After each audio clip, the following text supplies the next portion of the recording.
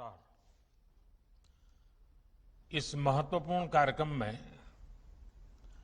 देश भर से जुड़े सभी राज्यपाल महोदय, लेफ्टिनेंट गवर्नर्स, केंद्रीय मंत्रिमंडल के मेरे साथीगण, रिजर्व बैंक के गवर्नर, राज्यों के मुख्य सचिव, अलग अलग इंडस्ट्री एसोसिएशन से जुड़े साथीगण, स्टार्टअप, फिनटेक की दुनिया से जुड़े मेरे युवा साथी, बैंकों के वरिष्ठ अधिकारीगण और मेरे प्यारे भाइयों और बहनों, आज देश डिजिटल गवर्नेंस को एक नया आयाम दे रहा है।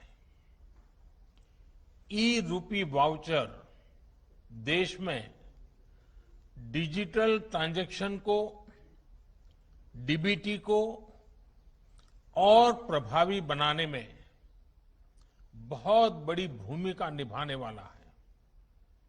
इससे टारगेटेड, ट्रांसपेरेंट और लीकेज फ्री डिलीवरी में सभी को बड़ी मदद मिलेगी।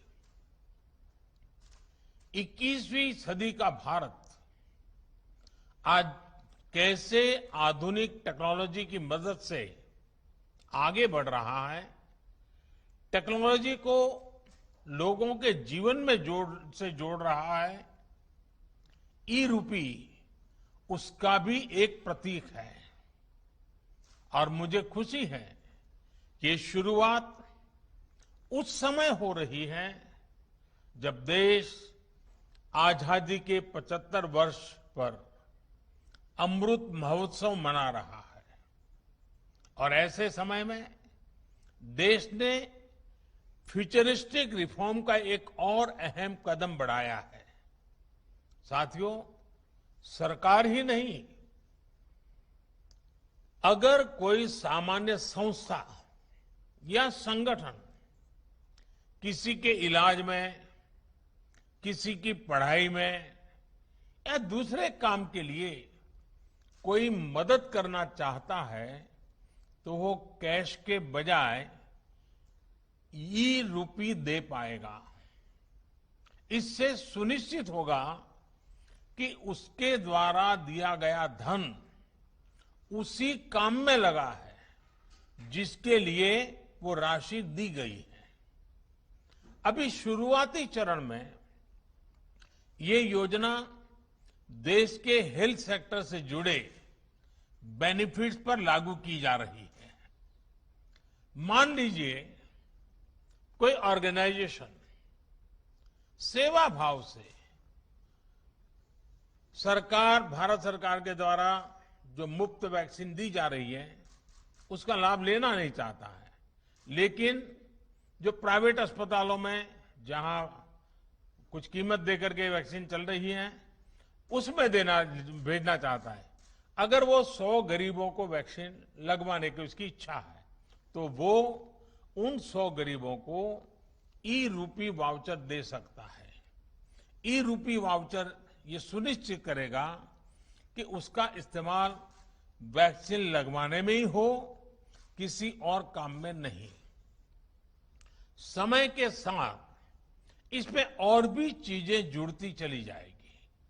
जैसे कोई किसी के इलाज पर खर्च करना चाहता है, कोई टीबी के मरीज को सही दवाओं और भोजन के लिए आर्थिक मदद देना चाहता है, या फिर बच्चों को, गर्भवती महिलाओं को भोजन और पर्यावरण से जुड़ी दूसरी सुविधाएं पहुंचाना चाहता है, तो ई रूपी उनके लिए बहुत मददगार साबित होगा।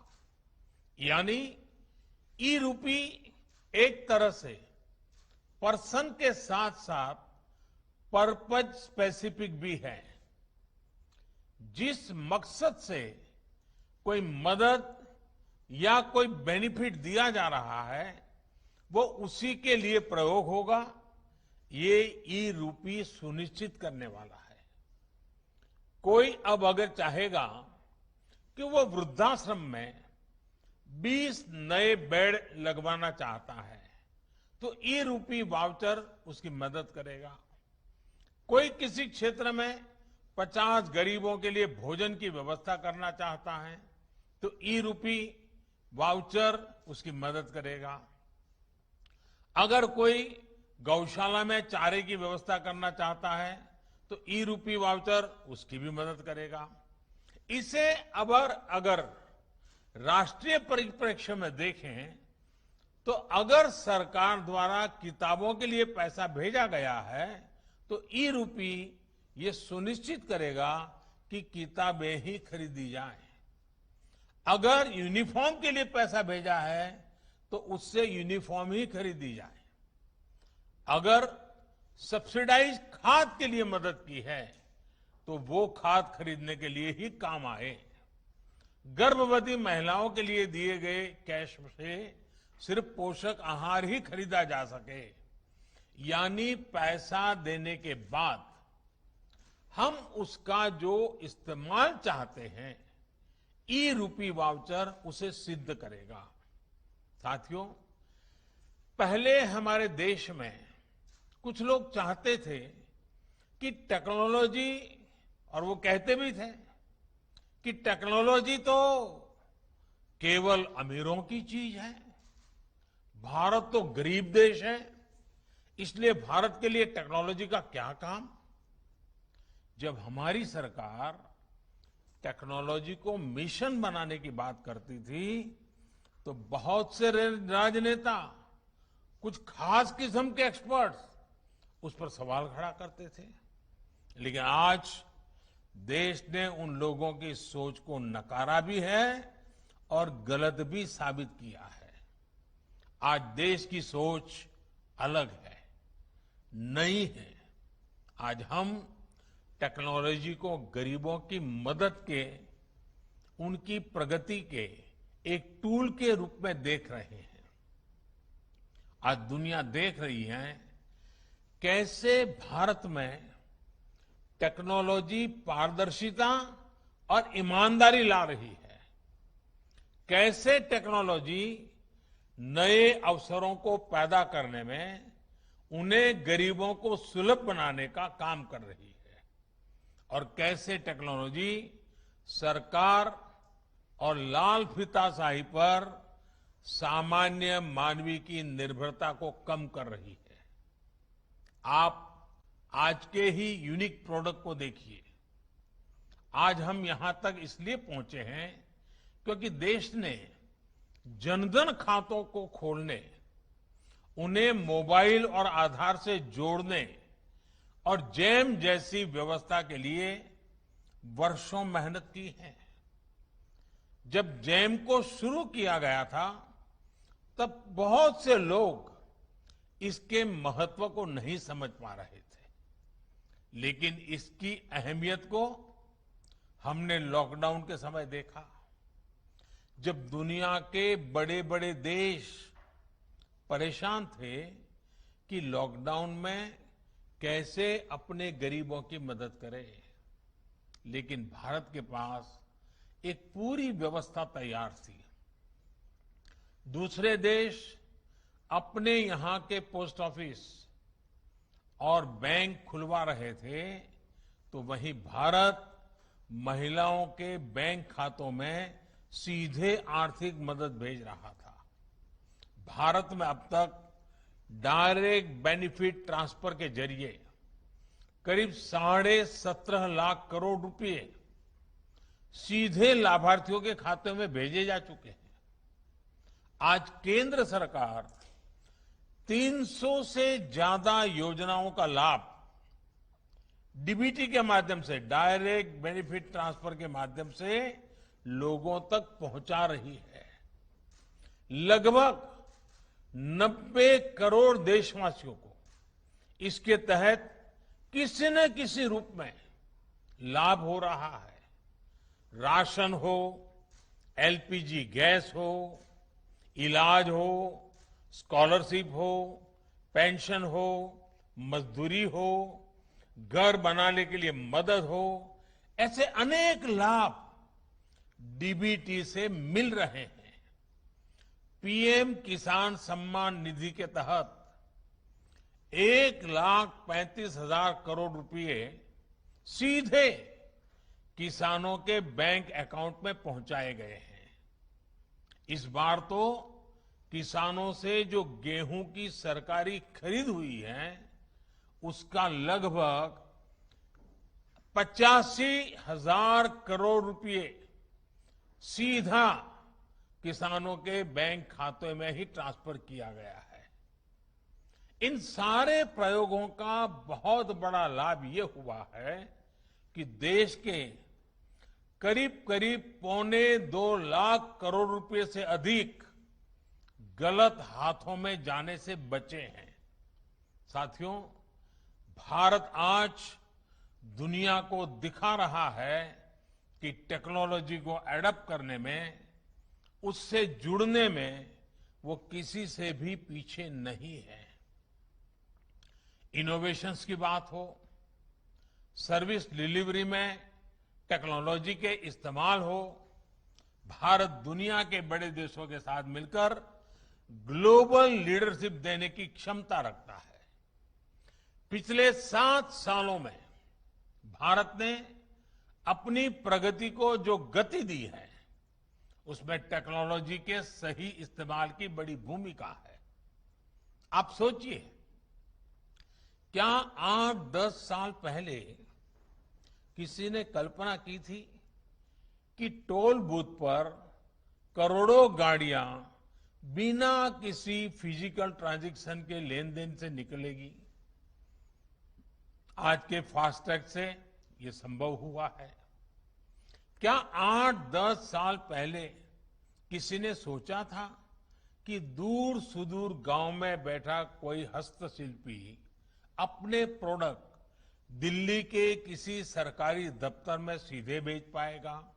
आज जेम यानी government e market place portal से ये मुमकिन है।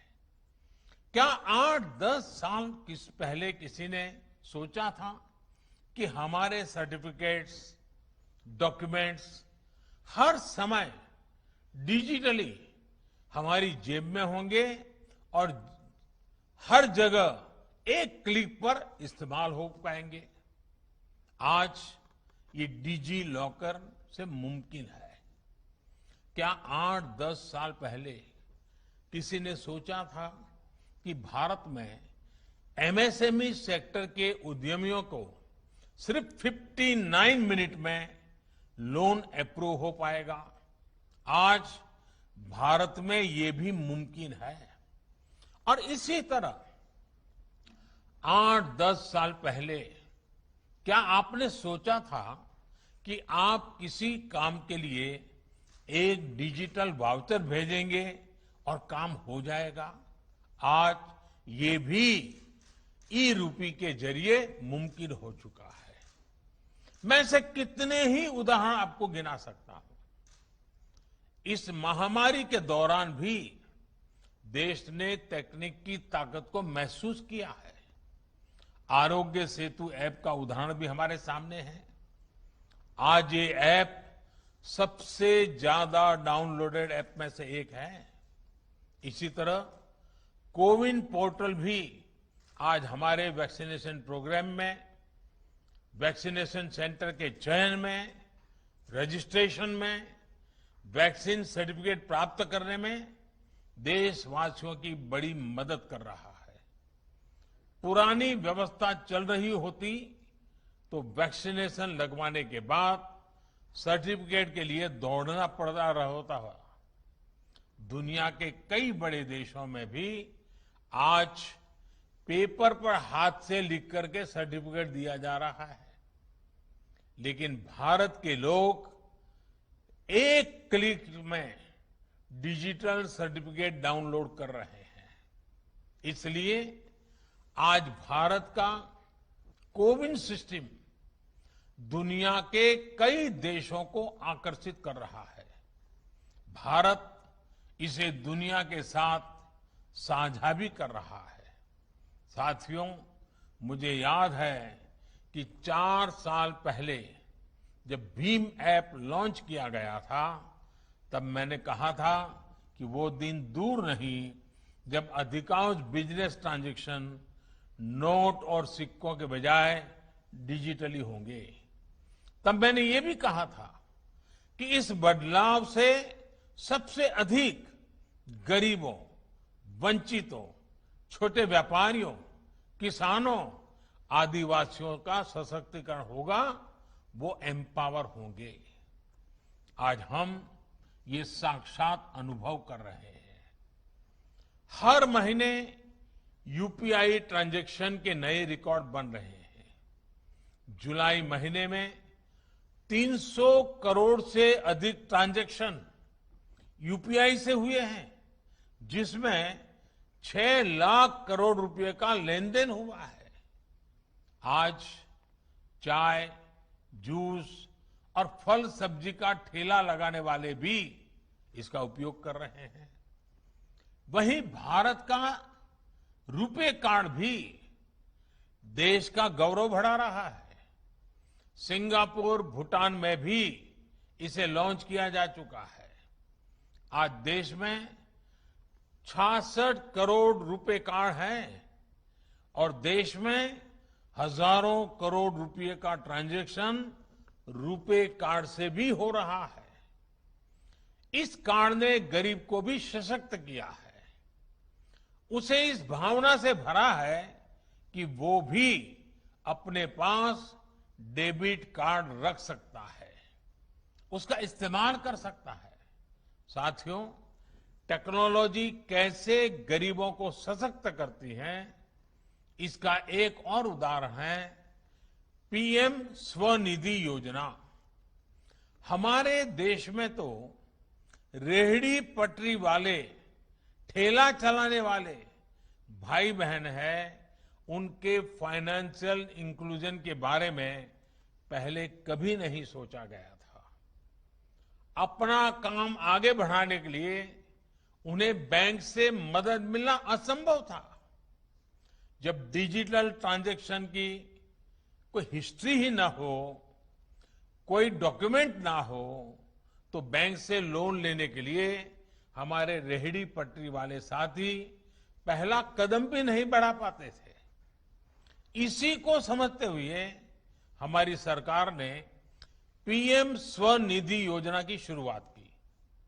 आज देश के छोटे बड़े शहरों में 23 लाख से अधिक रेहड़ी पटरी और ठेले वालों को इस योजना के तहत मदद दी गई है। इसी कोरोना काल में करीब करीब 2300 करोड़ रुपए उन्हें दिए गए हैं। ये गरीब साथी अब डिजिटल ट्रांजैक्शन कर रहे हैं और अपना लोन चुका रहे हैं। यानी अब उनके लेन देन की एक डिजिटल हिस्ट्री बन रही है। पीएम स्वनिधि में ये व्यवस्था की गई है कि 10,000 रुपए का पहला लोन चुकाने पर 20,000 का दूसरा लोन और दूसरा लोन चुकाने पर 50,000 का तीसरा लोन रेहड़ी पटरी वाले साथियों को दिया जाएगा। आपको जानकर खुशी होगी कि आज सैकड़ों रेहड़ी पटरी और ठेले वाले भाई बहन अब तीसरा लोन प्राप्त करने की दिशा में आगे बढ़ रहे हैं।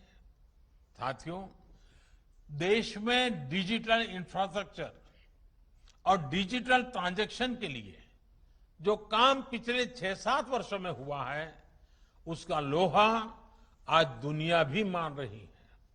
विशेषकर भारत में फिनटेक का बहुत बड़ा आधार तैयार हुआ है। ऐसा आधार तो बड़े बड़े देशों में भी नहीं है। देशवासियों का पॉजिटिव माइंडसेट, फिनटेक सॉल्यूशन को एडॉप्ट करने की उनकी क्षमता भी असीम है।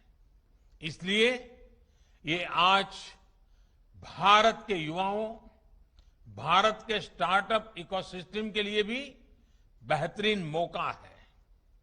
भारत के स्टार्टअप्स के लिए फिनटेक में अनेकों संभावनाएं हैं। साथियों, मुझे विश्वास है कि ई-रूपी वाउचर भी सफलता के नए अध्याय लिखेगा। इसमें हमारे बैंकों और हमारे पेमेंट गेटवे का बहुत बड़ा रोल है। हमारे सैकड़ों प्राइवेट अस्पतालों, कॉरपोरेट्स, उद्योग जगत, एनजीओज और दूसरे संस्थानों ने भी इसको लेकर बहुत रुचि दिखाई है। मेरा राज्य सरकारों से भी आग्रह है कि अपनी योजनाओं का सटीक और संपूर्ण लाभ सुनिश्चित करने के लिए ई-रूपी का अधिक से अधिक उपयोग करें। मुझे विश्वास है कि हम सभी की ऐसी ही सार्थक साझेदारी एक ईमानदार और पारदर्शी व्यवस्था के निर्माण को और गति देगी। एक बार फिर सभी देशवासियों को इस बड़े रिफॉर्म के लिए बहुत बहुत बधाई देता हूं। बहुत बहुत शुभकामनाएं। धन्यवाद।